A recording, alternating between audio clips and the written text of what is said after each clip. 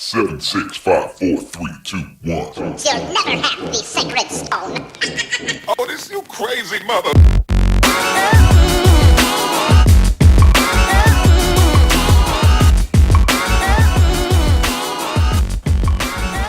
Welcome to the second installment of Amateur Hour. I'm Cody Courts, the president of Southeast Texas Flag Football League, and with me here is Troy Maddox, the vice president of Southeast Texas Flag Football League. Hey, hey. And we're going to go ahead and start our show with a rundown of the teams we have through their divisions, and we'll go by each division and go from bottom to top and just mention the team, their record, and a couple of thoughts about them. So, all right, in the first division in the USFL, at the bottom of the division at 0-4, we have the Diamondbacks. Troy, what are your thoughts on the Diamondbacks? I think the Diamondbacks really have had a pretty tough schedule so far. They've been playing some tough games, and 0-4 and is sounds like a bad start, which obviously you haven't got a win yet, but you can easily get going and get into the playoff chase. So they're putting in a lot of good effort. They're still figuring things out, but they've got a few hurdles to pick up before they get into a playoff chase. Well, maybe these Diamondbacks are more like rattlers, and they're just lying in wait, although they don't rattle, and they're more people than snakes. But anyway, I think there are actually a lot of good athletes. I know Gary, he's got some good guys he's put together, and I know they really enjoy it. So I think they're a lot better than their record says. All right, next up record in the USFL is the Expendables. They're also at 0-4. I actually like this team a lot. They were a team of a bunch of guys that needed a team to play for in our league a year or so ago, maybe 2 years ago, and they've really grown their team, but they've had a really tough schedule. They lost to the Herd by a point, and they've had some other close games, so I think they'll actually do a lot better as we get along. And like I said in the last episode, they were one of my teams that I was surprised with how much better they've gotten. They had a rough start last year. They're 0-4 this year, but they're so much better. They're playing, but they have a lot of good athletes. They're playing good football. They're just losing games by close margins. They were part of the Call Your Shot game this past week, and the Showstoppers chose them and gave them a good game. I thought they had a chance there. It's just they're in every game. They just haven't picked up that win yet, and they're going to have the same uphill battle getting into the playoffs, but they're one of those teams that can make it as well. Well, I think if they find a little system with Kyle Spinks at quarterback, getting the ball to Gerard and a couple of those other guys, can't think of their names actually, Yeah. but they have some good guys. They play really tough defense. Chris Gutierrez is a really good defensive player. I know that everybody leaves their game with a bunch of bruises and like cuts and stuff. I'm one of when them. he plays. So, I think they have some really good players. They'll just find a formula. I think they'll do a lot better. All right, next up on the USFL standings are the Beaumont Stars. They're actually 0-3. So I know that later on today we're going to talk to their captain, Carl Lambeth. But what are your thoughts on the Beaumont Stars? This one is surprising to me that they are 0-3. They've had a rough start. They've had some good games. They're a team that can be up and down, and you don't know they usually bring a lot of good talent to the field. And like I said, they've just had a rough start for the beginning of the year with a tough schedule, and when they get all their guys to show up, they're going to be really tough to beat. Yeah, I agree. I think since they have a quarterback now with Blake Venable, they'll do a lot better. They have some of the best rushers there. Davion Foster's a really good rusher. And I think that they're going to do a lot better. I think they just had some really hard games, and that's unfortunate. All right, next up on the USFL is the Squad. They're at 1-2. They're in second place, actually, in their division at 1-2. And they have David Dixon, who's just an all-around athlete, makes plays all the time, and they're one of the teams that's only been together for a couple of years, and they're doing great. They really are. They're one of those teams that has the athletes that can make you miss every play and can score at any time. Shout out to Jacoby Dumas. Rose Gold getting a touchdown last week. That was fun watching him scoring in the end zone. That was a good catch. So that was it's fun seeing the guys that get involved and show up every week and just play hard. And it's tough when you have trouble winning some games, but then they come out and can blow somebody out with the athletes they have. So it's fun to watch them play and to see how intense they make it out on the field. Well, I was actually looking at the pictures from a week or two ago, and David Dixon's running by somebody, and in the still photograph, he's smiling at him as he's running by him. So I thought it'd be really cool, if I could ever do that. But in all of my photos, everybody's in front of me. And you're not smiling. No, I'm really close to vomiting. Okay, but in first place in the USFL, we have the 409 boys with a Z at 3-0. They're undefeated so far. So I think that they, have a really good formula. The guy they have playing quarterback right now is doing really well. They seem like they're clicking, and I know they've only had him for, not so long at all. So I think they'll only get better as the league goes on. That's a team that just has the right mixture, the right motivation. They've played this game forever. They have some guys that know what to do, know where to be on the field, and you just can never count them out in any situation. Clinton Smith runs a great team over there. He puts people in the right position and knows where to be on the field, and it's fun to watch them play because a lot of times it looks effortless what they're doing out there, and they know how to make plays. And with the addition of their new quarterback, he's the fantasy player right now. He makes everything. That's the guy that you need to pick up in your fantasy league right there. Yeah, if there were any ultra nerds that played flag football, fantasy football, they'd be all over that guy. Also, not to mention they're a really classy bunch of guys, and we really do appreciate how good of attitudes they have and how hard they play. Okay. The next division is the AFL division. At last in that division, and now defunct, and possibly the only negative spot in this entire podcast, is the Honey Badgers. The Honey Badgers are gone. They're no longer a team. They were caught by some raven or something that feeds on honey badgers. Or I don't know, some giant spider. But anyway, they're done. So next up on the AFL list is the BMS Goats. These guys are just starting out. It's their first year. They, of course, are just figuring out who their players are, who can put where. So I think that their 0-3 record obviously reflects that, but they do play hard and they seem to have a good time, and I appreciate that. That's what I've noticed is that they're out there having a good time, and that's what I want to see out of most of the teams. Win or lose, as long as you're having a good time, that's what makes it fun to me. And I know it's hard when you can't win a game early in the season. Makes you feel like you don't want to keep coming out, but they seem to be having a good time with it. Yeah, they do. And, with the Honey Badgers being gone, I know there might be some of their guys that still want to play and still wanted to get together a team. So, if any of y'all are listening and you want to play, just go to the website, go to the Facebook, leave a comment, send us an email, and we'll try to find you a team. We really don't have a problem with that. We know how it is to get a team together, and we know how it is when stuff just doesn't work out. And any of you sitting in the stands that are watching the show here, if you want to just talk to us after the show, we'll put you on the list. Yeah, awesome. Okay, so next up on the AFL division rundown is the Punishers. They're at 2-1. They're a good team. I like them a lot. I like how much energy they have. I know there are a bunch of guys who play in the alumni league, tackle football, and they're in shape, and you can tell. And their quarterback's Josh Bordelon. He puts everything together, and he's just as stressed out and worried and frantic as every other team captain. And he texts me, and we talk about flag football, and I love the guy. So I really like where they're going. I think they're a bunch of really good athletes. They're young, they're athletic. You get tired of chasing them around the field, and you run into them, and they still have muscle on their body, so it hurts when you run into them. So that's one of those things that's not fun. But they're gonna be one of those teams as they keep playing. It's gonna be really tough to beat. Well, yeah, last week one of their players, Josh Greenbaum, got his shirt torn off, and the guy's pretty cut. So I was, sitting up in the press box eating like a donut and a Twinkie and, laying on a couch or something up there. And I felt, and the ladies in the stands were getting really excited when he was running around. Now by ladies in the stands, I mean my mom.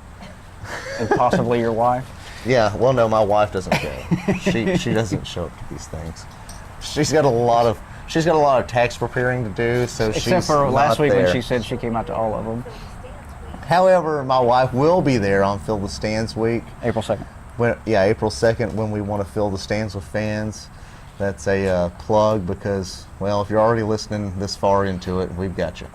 So, all right. Next up on the AFL rundown is the Herd at 2-1.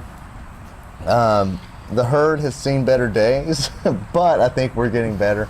It's for anybody that doesn't know, it's Troy, my team, and I love our team. I love all of our guys, but we have some new people, and we need practice and we need a few other things, but I think that we have a pretty good squad altogether. What happens when you have a team that's been around for over 10 years together is that you've been around for over 10 years together, and you're old and fat, and you're not as athletic as you used to be, even though you think you are, and you can't do the same things you used to when you won championships. So we've got to know our limits and know what we can and can't do, and just try to get a first down. Let's just get a first down every drive, and let's go score. Let's go score a touchdown. Let's go make something happen. We're not a bad team. We've just got to make better decisions on the field sometimes. Yeah, that's absolutely true. All right, in the first place in the AFL division is the Spartans. The Spartans are 3-0. They haven't lost yet. They beat the Herd last week, as I'm well aware, and I'm sure you're well aware. Man. They have a pretty good team.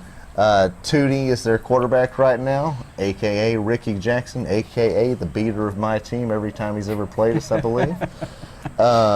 They have some good guys, and those guys are so athletic for a bunch of guys that seem to really like each other. I really like their team a lot. They were my pick to win the league. So what do you think about the Spartans? Well, Tootie's always in the running for MVP in my opinion. Anytime he's out on the field, he's got a chance to be the MVP of the entire league. He knows how to make plays. He knows how to get the ball to everybody on the field, and he picks you apart. He just picks defenses apart, and if I didn't have to play against him, I would love watching him play, but my goodness, it frustrates me so much. And on defense, they're just fast. They know where to be. They've got the right talent, and you're not wrong for probably picking them to win the whole thing. Well, don't forget also Chris Bronson plays middle linebacker, like some sort of beast with a really fancy hat when he's not playing. I love his hat, by the way.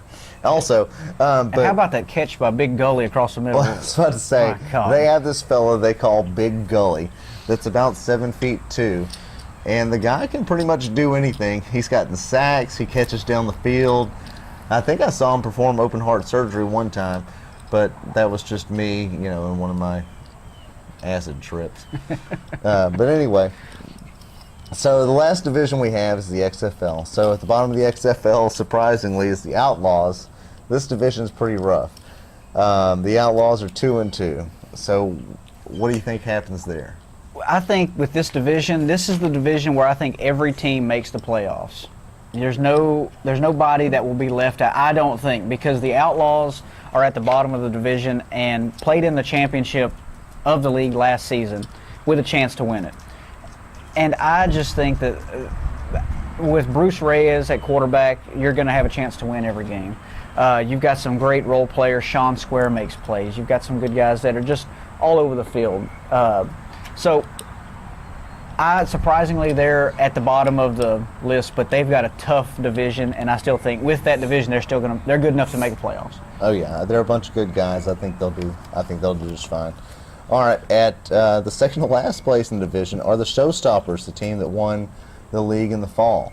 So the Showstoppers have, they haven't had Jacob Diltz there for the first few weeks as quarterback, and I think once he comes back, they'll do a lot better, even though they've only lost one game anyway. They seem like they have just an endless amount of guys who can step in and fill that role. There are a lot of really good athletes and really smart players. Johnny Willis played last week. It's good to see him Chris out. Westman's been playing, so they have a lot of experienced people, and I think they'll be one of the teams in the running to win the whole thing. That's my fantasy pick for this week. Coming back is Jacob Diltz at quarterback. He makes plays on the field that he makes it look so effortless, and yet he's always making the right pass, making the right read, pulling the ball down and running. And when he's out there, he's got the right combination with his blocking backs, with his receivers, and he knows what to do with the ball, and he never makes that mistake. Getting the ball to Theron on the little quick pass across the middle and hitting the deep ball. He knows when he needs to hit the deep ball, and he can do that. And that's why the Showstoppers are going to be very hard to beat in the playoffs. One thing's for sure, Dilts has always been my fantasy. Wink, wink. All right, next up on the XFL rundown, in the middle of the division are the Average Joes. They're at 4-1. They play more games than anyone else in the league so far just because of the scheduling. They're a bunch of really good athletes. They seem like they have a quarterback who knows what's going on. They would be, I think, anyone's dark horse pick to win the championship or get really far in the playoffs. So what do you think about them? Well, they have the reigning defensive MVP of the league on their team with Daniel Atterbury. And it's amazing. That guy's always around the ball. Just knows how to get to the ball and makes plays. Both sides of the ball. He knows how to find a spot to get open, and he's got the hips to get away from people, and he can make plays on defense. But the combination they have is really good. They've got a few players from other teams that have joined together to make a team, and they are obviously not average when you look at them when they're on the field. So. No, they are definitely the above average Joes. I'm going to say that every week. 2 weeks in a row we've come up with that every joke. single week. All right, so at second place, and this is basically, I think maybe at this point, alphabetical order, really. Well, we haven't even started taking into consideration the points against because it's so early in the season. But at the XFL, one of the two undefeated teams are the Loose Cannons. Now, the Loose Cannons are the most athletic group of people probably since the last Olympic Games, and maybe even more athletic than them because most of them were on some sort of PED probably. So what are your thoughts on the Loose Cannons? Well, they were my pick last week. They were my 4-1 odds pick to win the league. And what can you say? Everywhere across the field, it's like the best athlete at every position. And their offense is so fun to watch. They're out on the field. They're making. They snap it from here. They snap it from there. They snap it to this guy. No, there's almost like there's not one guy that does everything. It's just, hey, you go make a play. You go make a play, and it's so fun to watch. And they have fun with it too. It's always entertaining hearing what's going on the field and watching them play. Yeah, absolutely. And at the other undefeated team in that division is the other team from Port Arthur. They're the Blue Devils, and they are 3-0 as well. Those guys have a very similar way of playing from the Loose Cannons. They snap the ball to different people all the time. They move around the field. Have a lot of really fast athletes that can do a lot of different things. I think that's what makes this league so fun is that we have so many good teams now that are similar but play the game, at a different speed, a different pace, and they're one of those teams that is just fun to watch because they can do things that you wouldn't expect to see on a flag football field. And their 3-0 record represents that. So it's going to be fun in that XFL division, seeing who comes out on top. And I'd hate to be in that division. Yeah, that's by far the best division. So, all right, well, that's our rundown for the teams this week. That's how everyone's doing. That's what Troy thinks. That's what I think. And that's mostly what everyone should think. So we appreciate you listening, and in the next segment, we'll talk to Mr. Carl Lambeth of the Beaumont Stars, and stick around. He's got some good info and a really good story for you.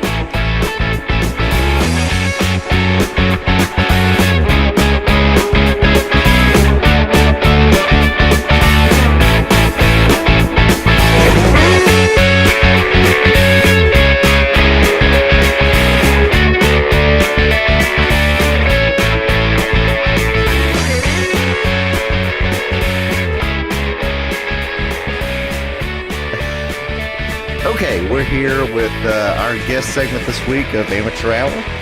Our guest is Carl Lambeth Jr. He is the team captain and perennial everything on the Beaumont Stars.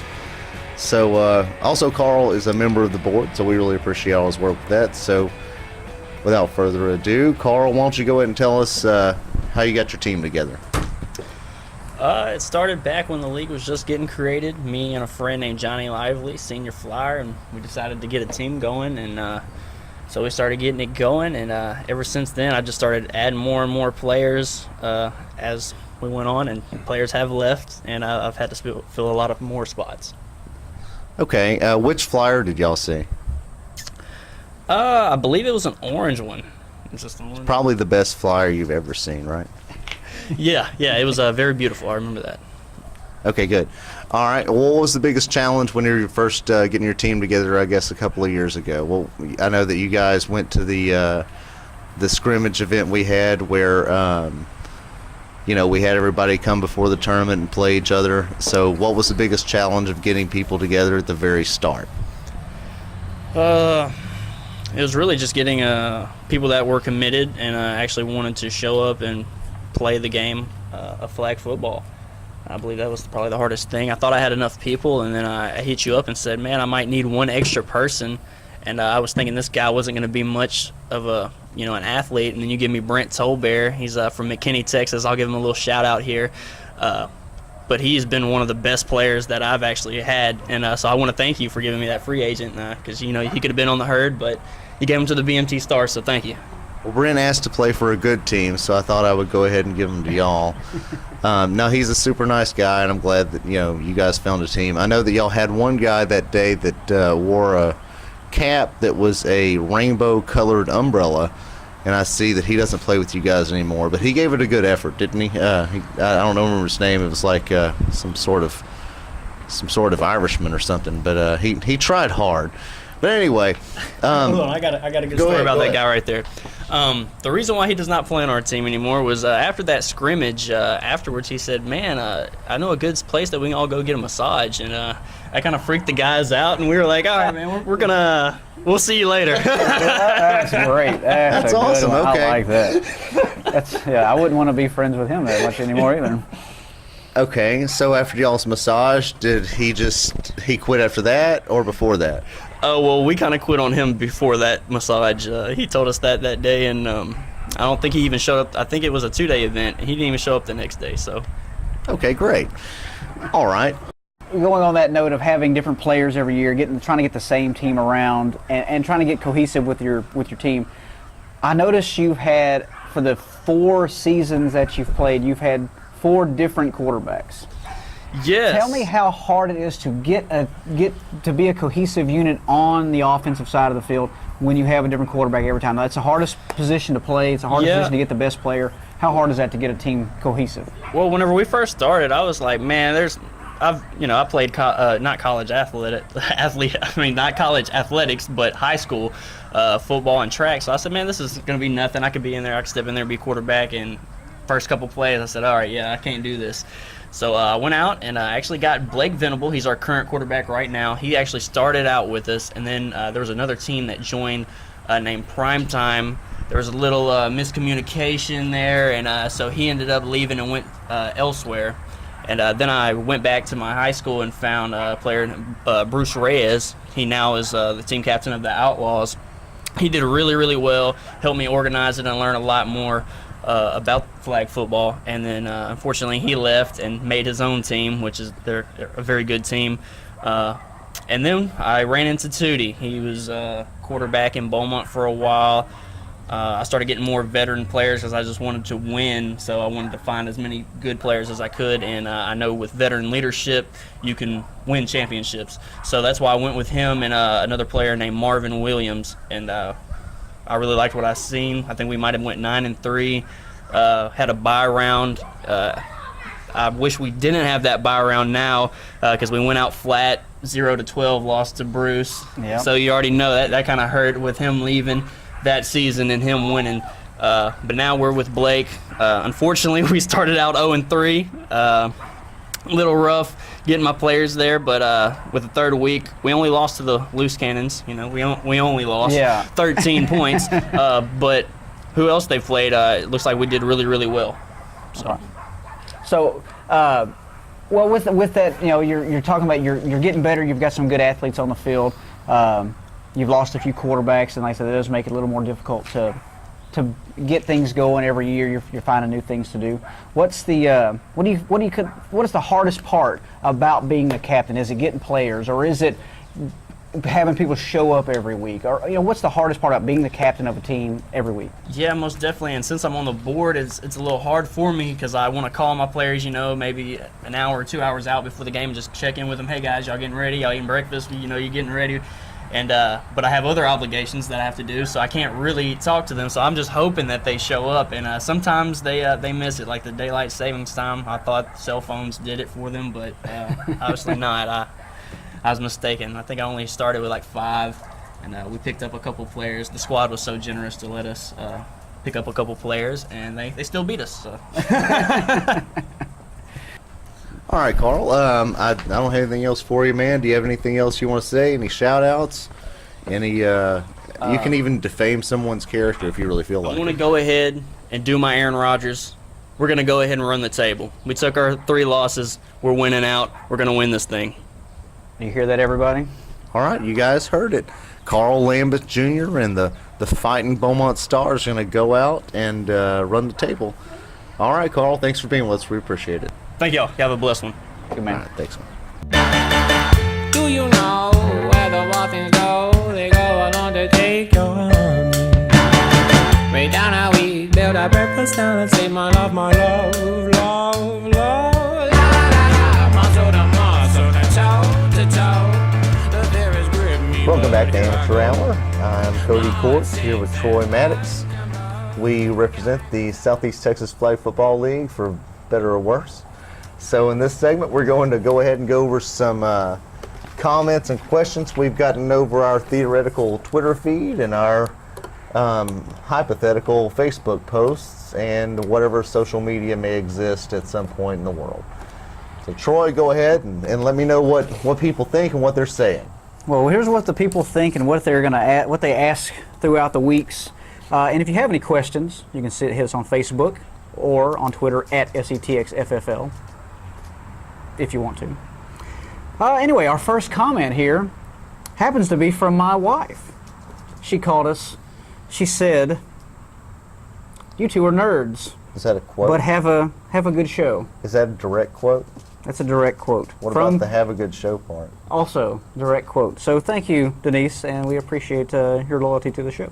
Anyway, let's move on. I find that a little offensive, but go ahead. Question number 1 comes from @Colin. How are the attitudes at the field? That sounds like a question that my son would ask, and he's a 10-year-old, very precocious child. One of the most precocious I've ever met in my whole life. So in answer to your question, young Colin, if you're watching this and very proud of your father wherever you may be, I'm sorry, if you're listening to this, since this is not on television or some sort of visual media, the attitudes are mostly great.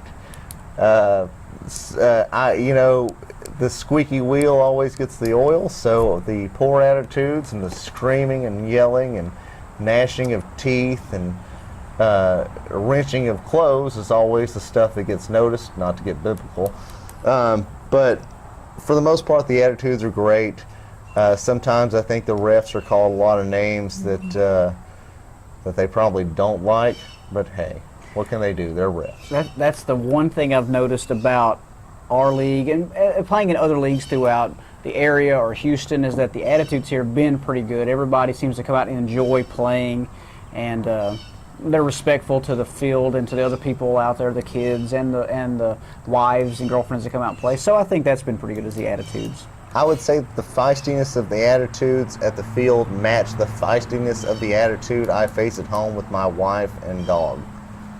So take that for whatever it is. Just imagine that. All right, what's next? All right, question number 2 from @BadAMeemaw225. Hey y'all, it gonna rain Sunday. We still playing? Well, the answer to that question is yes. Unless me or some other board member or really, really good Facebook hacker sends out a Facebook message on our account that the games are canceled, we will play. Also, I make sure to text message everybody with any updates to the schedule, any changes and anything like that. I'll make personal phone calls. But if your question is ever, are we going to play Sunday, and you haven't already seen a Facebook message, text message, or something else from me, Troy, or any of their board members saying otherwise, then the answer is always yes.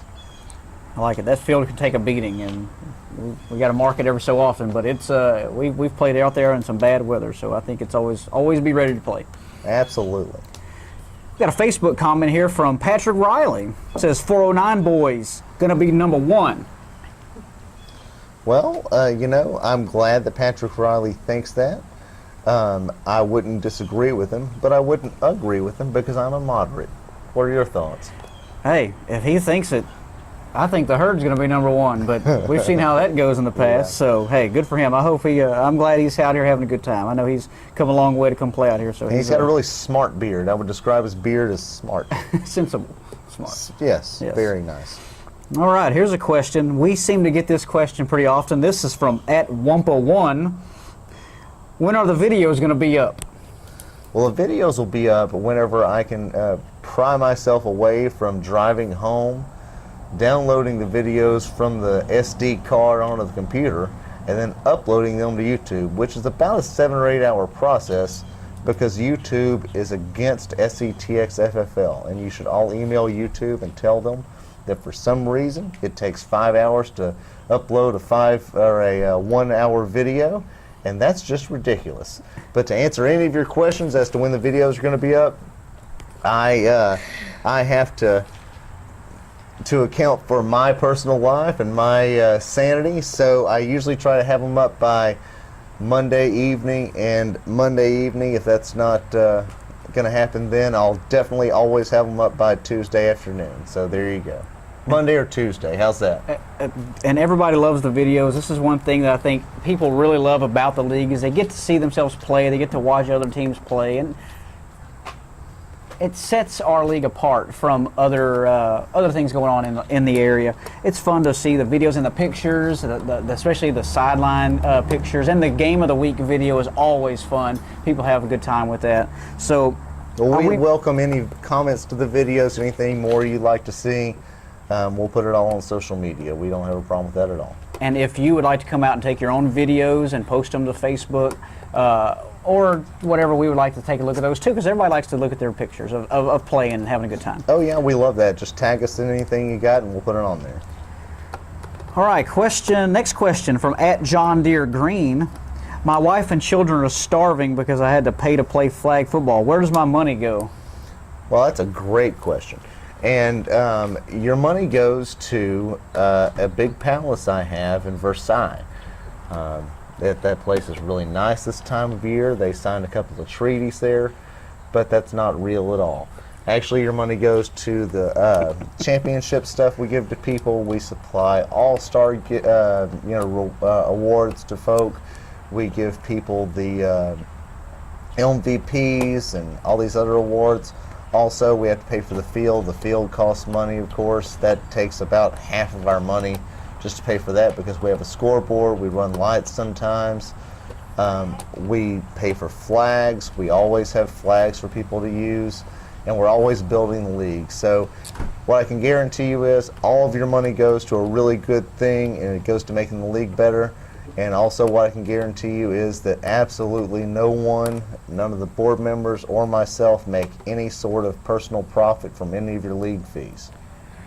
And I also like that we do give to charities around the area, which is always good because we appreciate the people, the first responders, and things that we donate to. So I think that's a good thing that we do as well with our league money. Yeah, we even give to charities that I don't like, but that's okay. Everyone deserves something. No, but we like that. You know, that's something that we really enjoy is giving back to the community. So that's one of the things we started the whole thing for, and that's what we will continue to do. Next question comes from @everyone's wife. What time will you be home? I hear this quite often. That's a very unfortunate and selfish question, as most wives are unfortunate and selfish. Yeah, I'm just joking. But really, your husband or significant other who plays in this league will be home 1.5 hours approximately after their game ends as per the schedule. But the games might last longer. There might be an overtime game. A ref might have overslept. A celebratory event might have gone on where chest bumping, elbow pinching, eyebrow nectaring, and nose twitching may have gone on. Yeah. But anyway, you know, these guys have so much fun playing, and we appreciate every spouse that allows and supports her husband or wife, if we ever have any female players that like to play, to come out and play. That, you know, we of course invite you to come and cheer on your spouse, but you could take the route that my sweet, adoring wife usually takes and stay home and be a sensible person. So just know that your spouse will be home. We promise. Well, we can't promise that they'll be home, but we do promise that the games will end. We can promise there'll be an end to every game, and if they're a little bit late, we're sorry. We do try to make things on time. So just please understand that we just can't predict how soon these games are going to end, because some of them go into overtime, some of them take longer. We have a stopping of the clock at some point, so an hour and a half is about as long as we would ever expect any of our games to last. Yes, my wife seems to enjoy that I'm gone sometimes, because she gets a lot of things done around the house that when I'm not in her way, following her around the house. And so, but I do enjoy seeing that spouses and wives and girlfriends come out and get to watch, and they have fun. So it's a two-way street. Some people don't even want to be out there. Some people like being out there. So, and I see some guys, I'm not going to name any names, that'll be out there from first game to the last game and just enjoy watching everything. So yeah. If that's your significant other, they're out here all day long. Absolutely, and we can't help it, but they're not doing anything wrong. They're watching flag football. Yes. Well, that might be wrong, but they're doing something out there. Yeah, they're doing something. I've actually built a widow's walk for my wife to go and stare at the north side of the street and just wait for my return. I've stained it. It's very well made. Use screws, not nails. But she sits there until I get home. Every now and then she'll be teary-eyed, but she does watch for me the whole day. She certainly doesn't just sit in the house and, you know, be thankful that she has some time to herself. She would never do that. It's a watching and a yearning. Okay. But mostly yearning. Yes. And the last question we have, which is actually probably my favorite question of the day, is from @FakeTwitter account. Who has the best uniforms in the league right now? Oh man, I got to tell you, I think the best uniforms in the league are those of the BMS Goats. I never know what they're going to wear. Oh, some people have white shirts. Some people have a Ninja Turtle uniform. I think I saw one guy wearing a cape. I don't know what's going to happen with those guys. I think that's all organized, but it may just be that they have no uniforms. I'm not real sure. It's kind of like in Little Giants when they were looking at that formation, and the guy said, you know, the quarterback's on the line and the running back's in the backfield or whatever else. It's like, I think there's a bunch of kids standing around, but I'm holding out faith that the BMS Goats uniforms are just random shirts. Could be. So that's what you're going with for the best uniform? No, that was stupid. Okay. No, what I'm going with for the best uniforms are the... You may need to answer this first. I don't know what I'm going to say. Well, I'm gonna throw out a few that have you know, the newer uniforms, and we'll go from there. Obviously the Herd, well, obviously to us two here, out there, if you didn't see, you didn't know, but the Herd have new uniforms. They're nice bright green uniforms. We're going back to the original green color. Didn't help us win at all, so that really didn't matter. The Spartans have some good uniforms. They're shiny gold numbers on their uniforms. That looks good. Showstoppers are getting some new uniforms. They'll be around shortly, I guess. The Outlaws won some new uniforms. They're going to have theirs shortly. So we're looking up. We're looking up. So I made my decision. And decision has been made. The Herd have the best uniforms, and that's it. And, you know, our league does have a goal for everyone to eventually have their own uniforms. It's not that we want people to spend extra money on clothes or anything like that, but it makes the game so much easier to play when you can tell that there are two different teams and the quarterback can see the different colors of the teams. And it So looks better. we It do- looks better on the videos that Oh, everyone loves to absolutely. watch. It looks so much better. It looks a little more professional, if you want to call it, but it does look better. And I don't know. It just makes it stand out a little more. I like it when a team. I think that the game between the Herd and the Spartans may have been the only game where both teams had matching uniforms the whole time. So that was it was fun to see. Absolutely, I totally agree.